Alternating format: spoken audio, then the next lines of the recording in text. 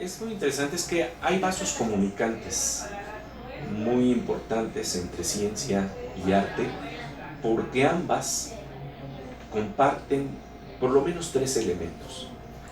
Tanto en ciencia como en arte estamos hablando de que despiertan la capacidad de asombro. Tanto en ciencia como en arte estamos hablando de revelaciones, de descubrimientos. Y tanto en ciencia como en arte estamos hablando de mapas que correlacionan diferentes mundos. En el caso de la ciencia, esas correlaciones entre partes lejanas de la naturaleza se llaman ecuaciones. En la literatura se llaman metáforas. Pero estamos hablando de mapas que conectan e interconectan lo que nos rodea.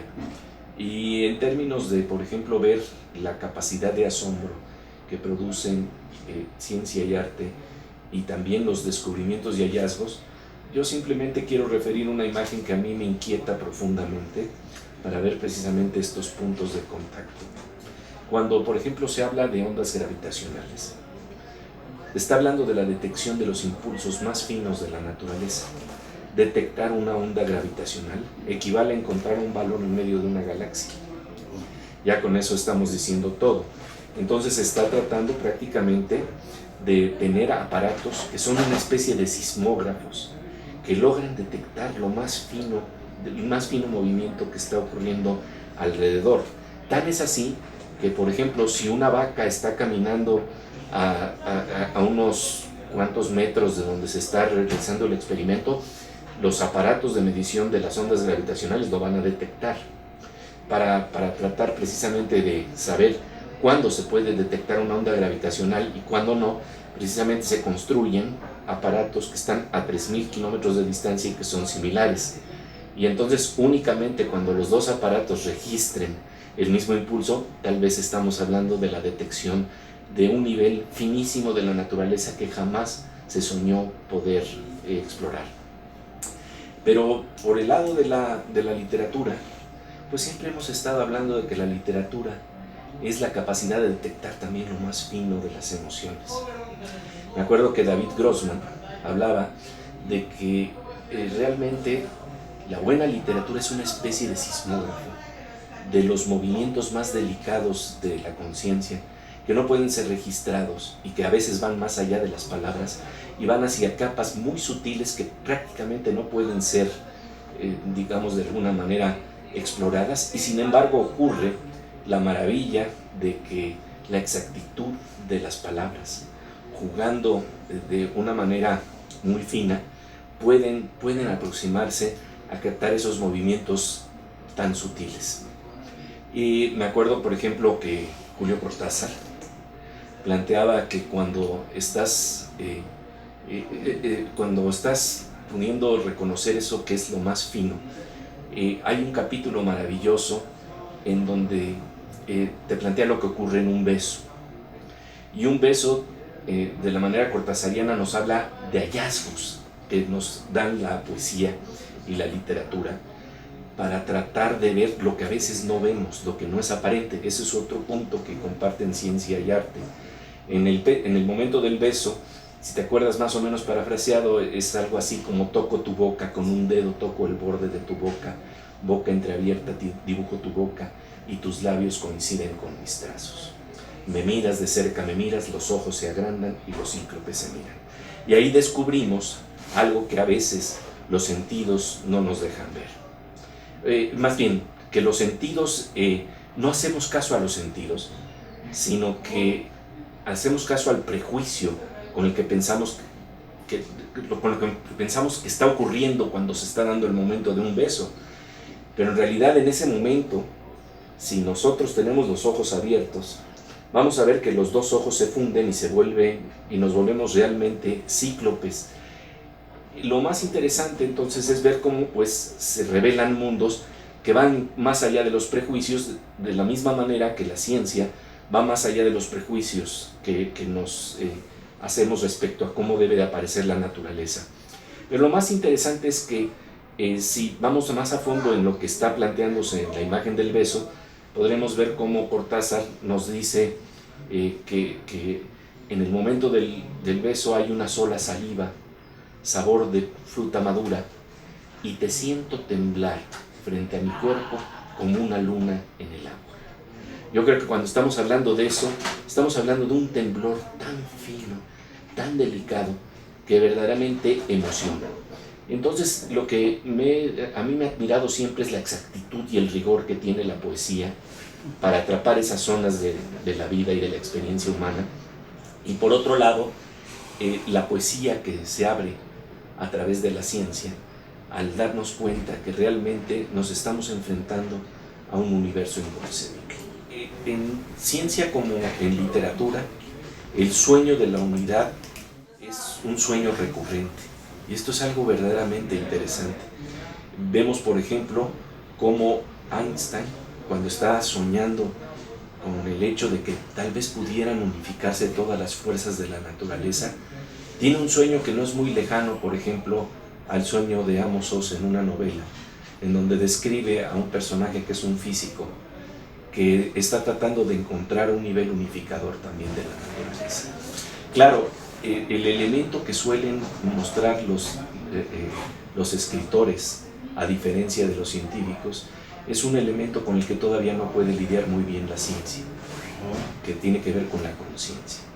Entonces, por ejemplo, en el caso de Amos Oz, más allá de tratar de entender que pudieran estar unificadas las fuerzas de la naturaleza como el electromagnetismo, la gravedad, la fuerza débil, la interacción fuerte, que son fuerzas que están de alguna manera estructurando todo lo que vemos y todo lo que apreciamos en el universo, lo interesante es que Amos Oz va con una pregunta que va más lejos. Él lo que se está preguntando es, bueno, pero ¿y cómo explicamos la fuerza del dolor y de la pasión en medio de todo esto? Y entonces introduce en un físico una teoría que se llama matemúsica, en donde él encuentra que tanto música como matemáticas tienen elementos que son comunes, porque tienen el sentido de orden, de proporción y de ritmo, y que realmente, si queremos entender la unidad de la naturaleza, hay un elemento musical que podría estar ahí presente. Y esto me parece muy interesante porque es un sueño que viene desde Pitágoras, que de alguna manera planteaba que una piedra no es más que música congelada. Es un sueño que pasa por el lado de Shakespeare, porque Shakespeare, cuando está hablando de la música de las esferas, está hablando de algo que el tosco oído humano, el cuerpo de barro que somos los seres humanos, no puede realmente apreciar. Pero es esa búsqueda que tienen los poetas y los escritores, que va un poquito más allá de lo que se atreve a ir en la ciencia, porque la ciencia tiene su metodología, tiene su rigor, no puede ir más allá de las evidencias y datos, pero lo interesante es que la poesía se atreve a ir más lejos. A mí nunca se me olvida que Octavio Paz planteaba que cuando estás hablando de las variables para entender el universo, se habla, por ejemplo, de E igual a energía, M igual a masa, pero él mencionó en alguna ocasión que quizás la gran revolución vendría cuando, además de esas variables, podríamos tener variables como R igual a ritmo, I igual a intensidad.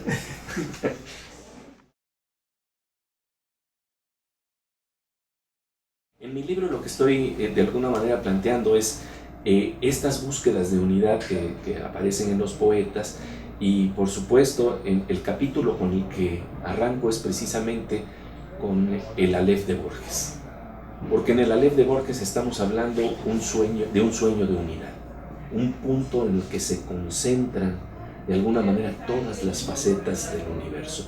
Y lo más interesante es que en la descripción del Aleph, Borges termina planteando que en esa esfera tornasoleada, en donde se puede ver el Big Ben de Londres, donde se puede ver una tarde rosada en Querétaro, donde se puede ver un astrolabio, se pueden ir observando todas las facetas del universo, y él utiliza un elemento muy interesante que está relacionado con Walt Whitman.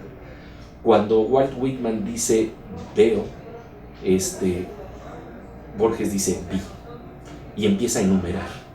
Son poetas que nos hablan de la enumeración para abrirnos al universo enorme, vasto, y con el milagro que tiene la poesía de condensar en unas cuantas palabras una sensación de que te están abriendo todo el universo, prácticamente porque estás planteando una enumeración. que te parece que es muy larga, pero realmente de lo que estamos hablando es casi de un haiku. Y entonces lo interesante es que en mi libro lo que empiezo a plantear es que cada vez que abro un capítulo, lo abro planteando y vi, siguiendo el hilo de Borges para plantear cómo y vi a Einstein subido en una bicicleta y vi cómo mantenía un frágil equilibrio y cómo en medio de ese frágil equilibrio tendría que estar pensando lo que se llaman Gedankenexperimente, que son precisamente juegos de imaginación, para tratar de, por ejemplo, pensar cómo se vería el universo si uno estuviera montado en un rayo de luz. Y resulta que cuando hago esta pregunta con algunos de los grandes protagonistas de la ciencia, por ejemplo con el doctor Miguel Alcubierre del Instituto de Ciencias Nucleares de la UNAM, yo le planteo, ¿se vería de una manera cubista? Y me dice, es exacto. Me dice, si tú estás viajando a la velocidad de la luz, entonces quiere decir que todo un objeto se te debe de abrir en todas sus vertientes, y lo ves por las espaldas y lo ves por el frente y lo ves de manera lateral. Entonces ya empiezas a ver otro elemento interesantísimo. Y entonces lo interesante del libro es que pues puedo plantear estas aproximaciones a esta búsqueda de la unidad, o a la búsqueda de lo inconcebible que se da en el arte, por ejemplo, de Fernando del Paso, de José Emilio Pacheco, de Homero Aridgis, en el arte de Octavio Paz, pero al mismo tiempo voy explorando a los grandes protagonistas, lo que dicen los grandes protagonistas de la ciencia contemporánea.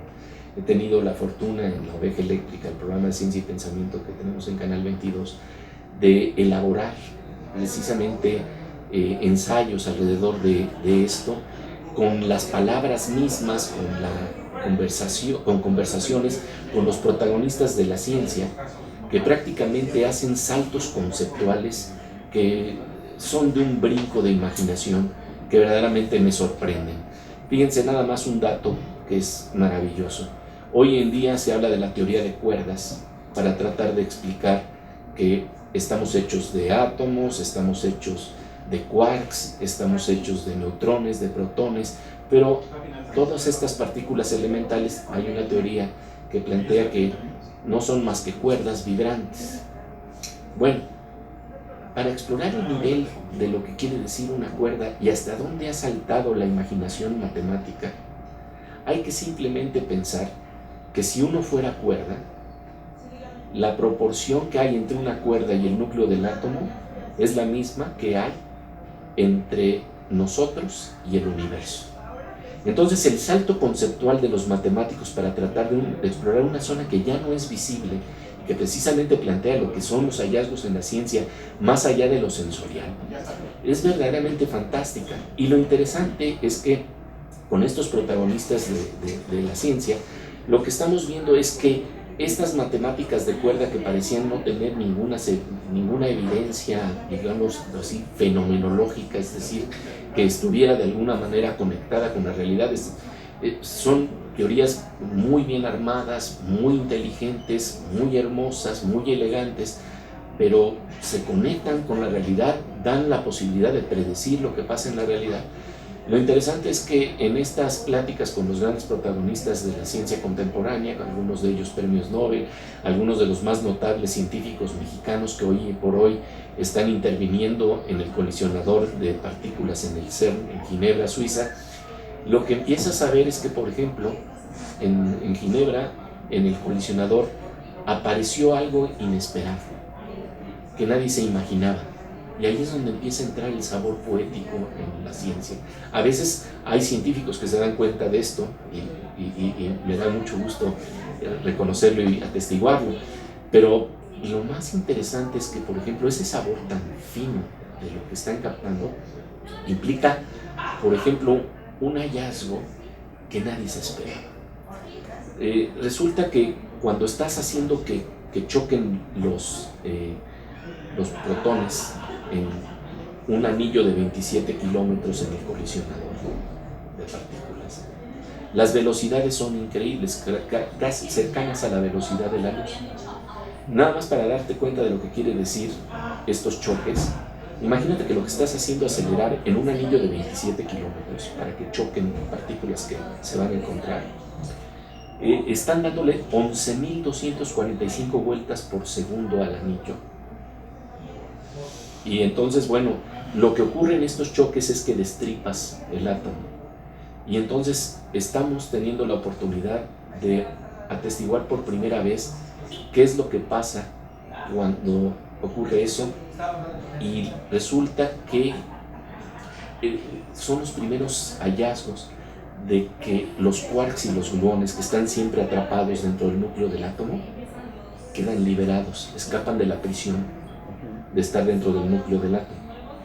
Y entonces los quarks y gluones forman un estado que se llama plasma de quarks y gluones, que es un líquido perfecto que nadie había pensado que iba a darse.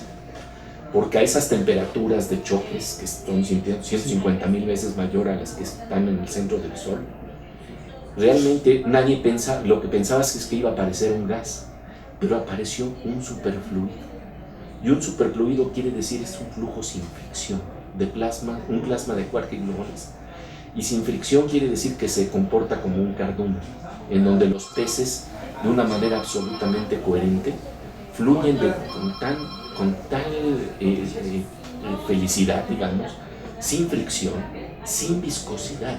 La miel tiene mucha viscosidad, el agua tiene menos viscosidad, esto tiene prácticamente cero viscosidad. Y entonces se da un comportamiento de la naturaleza que nunca se había esperado que se pudiera atestiguar. Lo interesante es que la teoría de cuerdas, que hoy en día está siendo desarrollada para explorar la unificación de las fuerzas de la naturaleza, resulta que gracias a un físico argentino que se llama Juan Maldacena, está planteando la posibilidad de hacer una especie de equivalencia entre el modelo que teníamos para ver la naturaleza, que se basaba en ver lo que tenemos enfrente como puntos, y el modelo de cuerdas. Y resulta que por primera vez hay un diccionario en donde, gracias a la teoría de Maldacena, podemos empezar a entender también lo que está pasando con este plasma de quarks y gluones. Y esto sería tal vez una de las primeras evidencias de que la teoría de cuerdas podría tener resultados fenomenológicos. Entonces estamos hablando de una gran revolución, porque estamos hablando de la marcha de la ciencia hacia un universo inconcebible. Y eso es precisamente lo que planteaba Borges en el Aleph. Vi el universo inconcebible.